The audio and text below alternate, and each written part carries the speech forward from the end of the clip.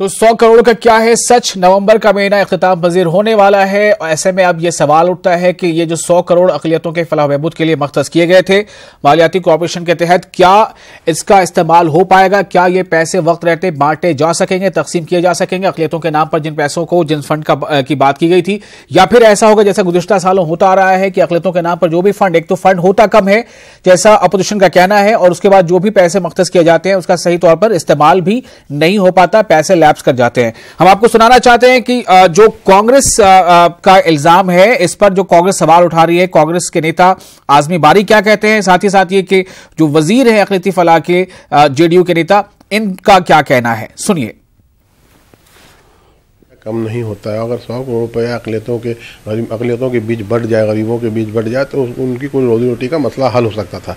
लेकिन ये सरकार चाहती ही नहीं है कि किसी भी तरह से बांटने का काम करे। ये सिर्फ सब्ज़ बाग दिखाने का काम करती है। अगर बांटने में इंटरेस्टेड होती तो ये काम प्रोसीजर में चलता और अब बंटने की स्थिति में होती। बिहार के 39 ज़िले में सिर्फ 12 ज़िले में अभी सिलेक्शन कमेटी बैठी है। 12 ज़िले में के अलावा बाकी ज़िलों में सिलेक्शन कमेटी बैठी भी नहीं है, और उसके बाद लंबा चौड़ा प्रोसीजर है। इसको अपनाने में अच्छा खासा वक्त लगेगा, और मार्च के पहले ये 100 करोड़ रुपया बांट देना है। इसलिए कहीं से भी नहीं लगता है कि ये मार्च के पहले बांटेंगे। इसके पहले वाले में भी पैसा लैप्स कर चुका था पिछले साल।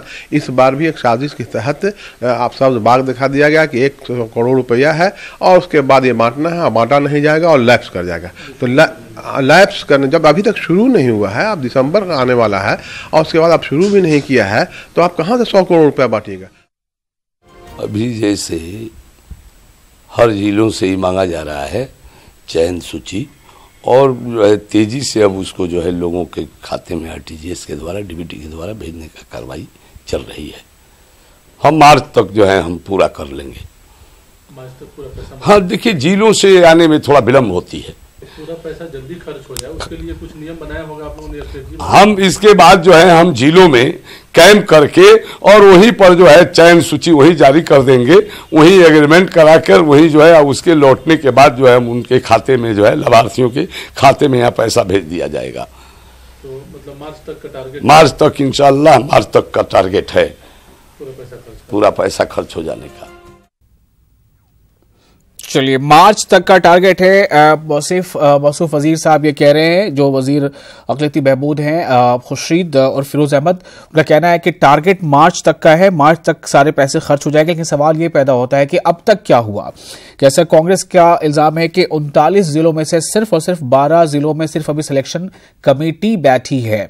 वक्त इतना गुजर चुका है, नवंबर का महीना इख्तिताम पजीर होने वाला है। तो क्या ये सुस्त रवि से जो है ये हुकूक जो उनको मिलने चाहिए अक़लियतों को, क्या उसके हक तलफी नहीं है? कोर्ट या कानून के लफ्ज़ों में कहें तो कहा जाता है justice delayed is justice denied. तो अगर आप देर से किसी का हक दे रहे हैं तो इसका मतलब ये है कि असमें भी आपकी सुस्त रवि है। किसी की तरक्की जो 8-9 महीने 10 महीने पहले हो सकती थी, उसको आपने ताखिर कर दिया। महफूज एक बार फिर से हमारे साथ जुड़ चुके हैं हमारे नुमाइंदे। महफूज, जिन मेहमानों को हमने बुलाया है, एक तो ये कि उन्होंने आने में ताखिर की है, बहरहाल अभी उनसे हम जुड़ेंगे। आपसे हम ये जानना चाहते हैं, क्या ये दो तरफ से चीज़ें देखी जा सकती हैं? एक, कितना संजीदा हुकूमत खुद इस बारे में है या वजारत खुद इस बारे में है? दूसरा ये कि अपोजिशन का दम भरने वाले और माइनॉरिटी के हक में आवाज़ बुलंद करने वाले, उनकी एफर्ट में कितनी संजीदगी है? ये बहुत बड़ा सवाल है। ये दोनों पॉइंट जो है अहम है कि अक़लियती महकमा और हुकूमत खासतौर से जो ये कह रही है कि अक़लियतों के फलाह के ताल्लुक से काम कर रही है, और आपने देखा होगा इधर हाल के दिनों में, बल्कि लगातार अभी चल रहा है, आज भी प्रोग्राम में जेडीयू के अक़लियती जेल का, तो तमाम जिलों में अक़लियती इलाकों और तमाम जिलों में अक़लियती प्रोग्राम कराया जा रहा है और हुकूमत की स्कीम से अक़लियतों की बातचीत कराया जा रहा है। और मुख्य हुकूमत ने अक़लियतों के फलाह के लिए क्या काम किया है? दूसरा सवाल जो है अपोजिशन से है कि अपोजिशन माइनॉरिटी पॉलिटिक्स करती है, अक़लियती को लेकर सियासत करती है, लेकिन अक़लियतों की बात जब भी उठाती है जब उनसे कोई नुमाइंदा और कोई सहाफ़ी जो है इस सिलसिले में सवाल करता है। अब तक जो है ये नहीं देखा गया कि अपोजिशन पटना के तौर पर अक़लियतों के इशू पर आकर जो है मुजाहरा करे, धरना दे और हुकूमत को ये बताए कि अक़लियतों के सवाल क्या है। सिर्फ जो है बंद कमरे में बैठकर सियासत करते हैं और अक़लियतों के वोट देने के लिए और उनको एक तरह से राजी कराने की कोशिश होती है, लेकिन मुजाहरा नहीं होता है, धरना नहीं होता है। अक़लियतों के सवाल के अपोजिशन पार्टी के सामने प्रयास में ये करना जरूरी नहीं है। सवाल यह है कि अपोजिशन और जमहूरियत में अगर अपोजिशन भी सवाल को उठाती है तो हुकूमत को जाहिर पेश करनी करेगी। दूसरा सवाल है कि महकमे अक़लियती फलाह के पास एजेंसी जो है वो जिला इंतजामिया और जिला लेवल पे जो भी ऑफिसर है वही।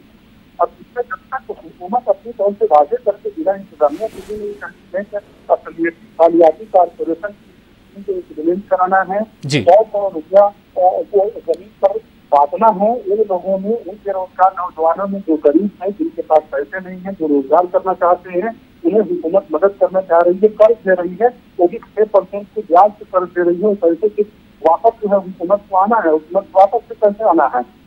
ये एक मदद है कि कम ब्याज पर जो है, कम सूद पर अक़लियती नौजवानों को कर्ज दे रहे हैं और वो बाद में जो है जब उनका रोजगार चल निकलेगा तो वो पैसे वापस करेंगे। बावजूद इसके जो है ये स्कीम का इम्प्लीमेंटेशन नहीं होना कई सारे सवालों को खड़ा करता है।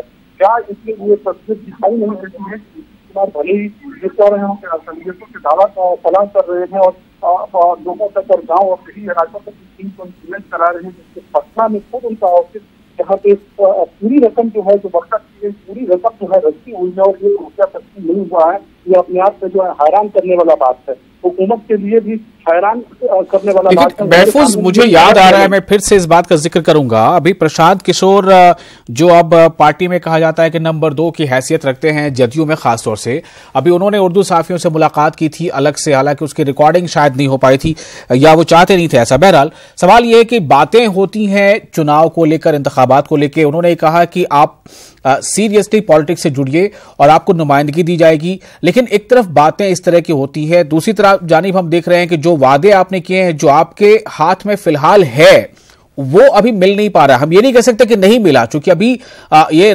साल जो है, मालियाती साल, वो जारी है, खत्म नहीं हुआ है, लेकिन सुस्त रवि तो है इसमें। तो क्या उनके दावे, उनके वादे, क्या ये सवाल पैदा होता है कि अक़लियतों से हमदर्दी सिर्फ इंतखाबात को लेकर, वोटों को मद्देनजर लेकर किया जाता है?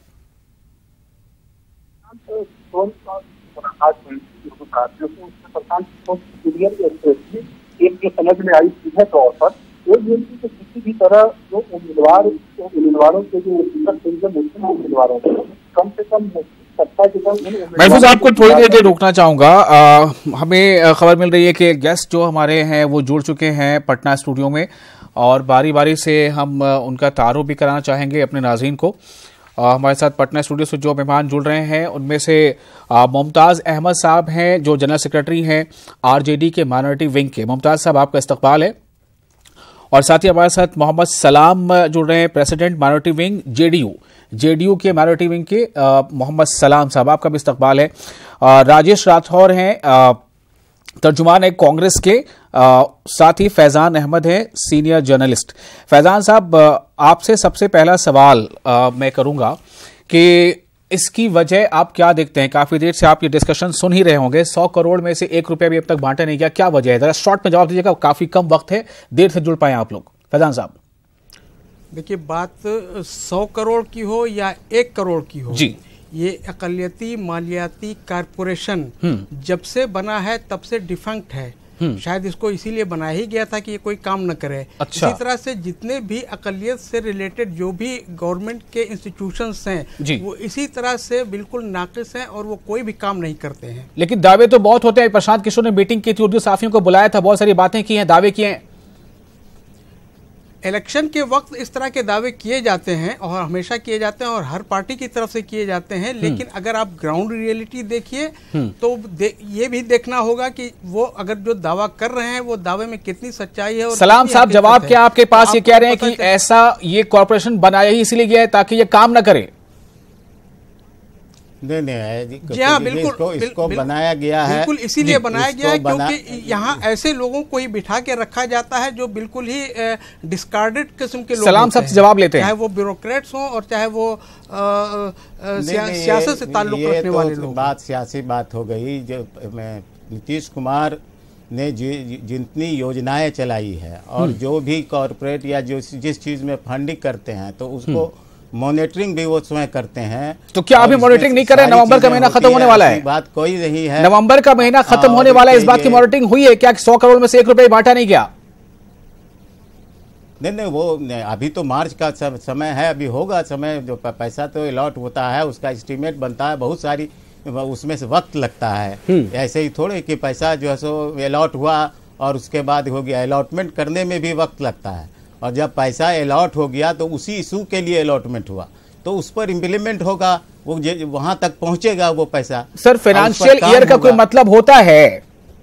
फाइनेंशियल ईयर का क्या मतलब होता है? फाइनेंशियल ईयर क्या 26 महीनों का होता है? फाइनेंशियल ईयर का मतलब है कि उसको फाइनेंशियल ईयर के अंदर उन सारी योजनाओं का इम्प्लीमेंट करा देना है, जमीन तक पहुंचा देना है जी। तो योजनाओं का पैसा सबसे बड़ी चीज है। किसी चीज को, योजना को लागू करने के लिए, किसी काम को करने के लिए पैसा का अलॉटमेंट, ठीक है। जब सब पैसा का अलॉटमेंट कर दिया गया तो उसका काम भी होगा। और आप देखिएगा, नहीं मैं आपसे पूछता हूं फाइनेंशियल ईयर का क्या मतलब हुआ? किस महीने से किस महीने तक? साल ही भर ना लेंगे इसे 12 ही महीना लेंगे या 26 महीने ले लेंगे? अभी वक्त है। कितना वक्त है? वक्त है, कितना वक्त है सर?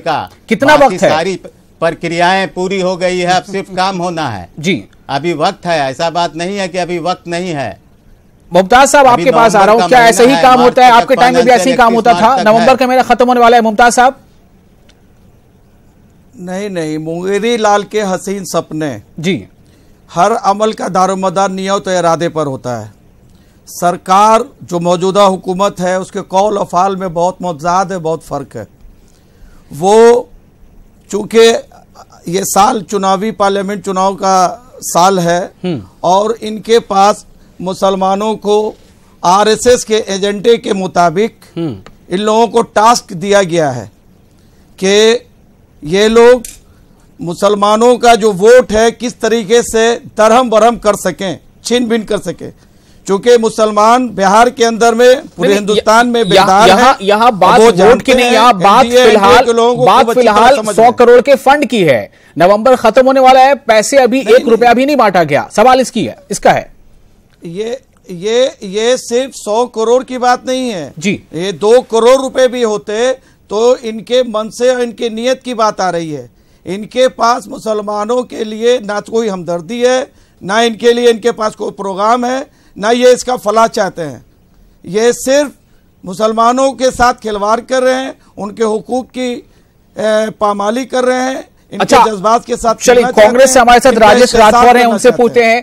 राजेश राठौर जी, सवाल सिर्फ इतना है कि 100 करोड़ रुपए मख्तस किए गए फंड के तौर पे, 1 रुपया भी अभी तक बांटा नहीं गया। आप लगातार सुन रहे हैं इस मौजू को, आपका रिएक्शन क्या है? और मैं आपसे ये जानना चाहता हूं कि क्या यही तरीका है काम करने का, चाहे हुकूमत किसी की हो?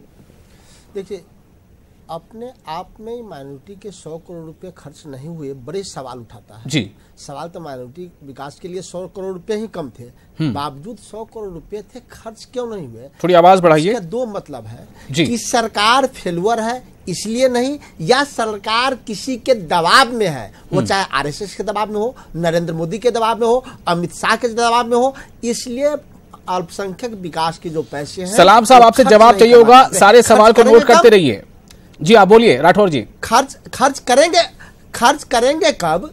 आपको मैं बता दूं कि अब मार्च से पहले या तो फरवरी में आदर्श आचार संहिता लग जाएगा। दिसंबर जनवरी 2 महीने बच गए। 2 महीनों में इन लोगों ने खाना पूर्ति करके सारे पैसे का घपला करेंगे। इसी प्रकार से बिहार में आप देखेंगे एकदम अच्छा मुद्दा है कि माइनॉरिटी विकास की बात करते हैं, जिनकी वोट की उनकी आवश्यकता नहीं है उनको प्रताड़ित कर रहे हैं। जिनके वोटों की आवश्यकता है उनके भी पैसे आप देखेंगे तो खर्च नहीं कर पाए हैं, सिर्फ इसलिए कि 2-3 महीने में खाना पूर्ति करके पैसे भाजा लिए जाते हैं, जिसका जीता जागता उदाहरण कई बात देखे होगा, या तो शौचालय घोटाला हो या सृजन घोटाला हो। तो सरकार की नीयत साफ नहीं है। हम एक लाइन में कहें कि इससे सलाम साहब, खामोशी से आप सारी बातें सुन रहे हैं, मुझे आपका जवाब चाहिए होगा अब। या सरकार की नीयत अल्पसंख्यकों के प्रति कैसा है? आपने देख लिया कि नरेंद्र मोदी और आरएसएस के दबाव में नीतीश कुमार काम कर रहे हैं और किसी खास सलाम साहब बड़ा प्रहार कर रहे हैं जी। नीतीश कुमार किसी के दबाव में न कभी काम किए हैं और न कभी काम करेंगे।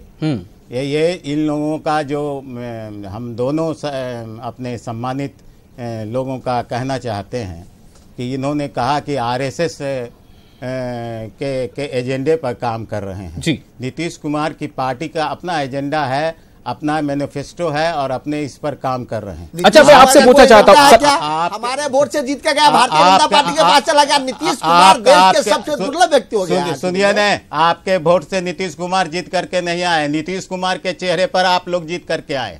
नीतीश कुमार और मैं जनता के चेहरे पर जीत के आया हूं, जनता ने वोट दिया, जनता के महागठ 2015 के खिलाफ वोट दिया था, जिसके 2015 में बोलने दीजिए। आप बोल रहे थे तो मैं नहीं बोल रहा था, आप बोल रहे थे राजेश जी, तो मैं नहीं बोल रहा था। आप गलत कहेंगे, सुनने के लिए बैठा लो। आप सुनने की भी ताकत रखिए। एक अल्पसंख्यक वोट किया था, मैं कहाँ कह रहा हूँ कि अल्पसंख्यकों ने वोट नहीं दिया था, नीतीश कुमार के चेहरे पर वोट दिया था, और सात प्रजाति के व्यक्ति हैं, जाति और 7 निश्चय पर दिया था जो मैनिफेस्टो था महागठबंधन का। सलाम जी, आपसे यही सवाल है कि वो निश्चय क्या हो गया। मैं आपसे जानना चाहता हूँ कि क्या कोई डेडलाइन देंगे आप इस पर, मैनिफेस्टो पर, और जो है सो 7 निश्चय का जो मैनिफेस्टो था, और नीतीश कुमार के चेहरे पर लोगों ने वोट दिया था नीतीश कुमार को। बिहार की जनता ने नीतीश कुमार को, बिहार की जनता ने नीतीश। फैजान साहब, वक्त बहुत कम है, 20 सेकंड के लिए आपके पास आ रहा हूँ। क्या ऐसे तू होता रहेगा या काम नहीं होगा? फैजान साहब, क्या लग रहा है आपको, रुझान क्या बता रहा है, काम हो पाएगा? बोलने के लिए तैयार हूं, लेकिन हमारे आस पड़ोसी लोग अगर मुझे बोलने दे तभी आप लोग बोल रहे थे तो मैंने कुछ कहा क्या? मुझसे पूछा जा रहा है सवाल, इसलिए मैं आप बोलिए। सलाम साहब जवाब ही नहीं दे पा रहे, कब तक काम होगा? बोल रहे हैं तो आप टोका टोकी कर रहे हैं जी। यहाँ पर बात शुरू हुई थी अक़लियती मालती कारपोरेशन के मामले को लेकर, और बात सियासी उसमें सतह तक चली गई और बहसा बहसी भी शुरू हो गई। लेकिन खैर, मैं ये कह रहा था, मैंने शुरू में भी ये कहा कि ये अक़लियती मालती कारपोरेशन हो या अक़लियती कमीशन हो या वक्फ बोर्ड हो या कोई भी, जितने भी माइनॉरिटी से रिलेटेड इंस्टीट्यूशन से, गवर्नमेंट इंस्टीट्यूशंस हैं, उनमें इसी तरह से काम होता है जहाँ कोई काम मतलब संजीदगी से कोई काम नहीं होता, संजीदगी से काम नहीं होता, गंभीरता से काम नहीं होता। जी, तनकीद नहीं कर रहा मैं, क्योंकि यहाँ पर देखिए कांग्रेस के आदमी बैठे हैं, आरजेडी के बैठे हैं, जेडीयू के, सभी पावर में रहे हैं और हैं, लेकिन हर दौर में ये इंस्टीट्यूशन जितने भी हैं अक़लियती के, ये इग्नोर रहे हैं, और इनमें ज़्यादा दिलचस्पी सिर्फ हो सकता है इलेक्शन के वक्त इसमें दिलचस्पी ली जाती हो, अदरवाइज कोई दिलचस्पी किसी भी सरकार ने संजीदगी से नहीं ली होती। अगर ली होती तो आज इस तरह की बहस कराने का और ये खर्चा हुआ नहीं हुआ। जी बिल्कुल, मेरे पास वक्त बहुत कम है, 10 सेकंड आपके पास आ रहा हूं मैं। मुमताज साहब, क्या आरजेडी इसको लेकर कोई दबाव बनाएगी सरकार पर, क्या कोई आंदोलन होगा?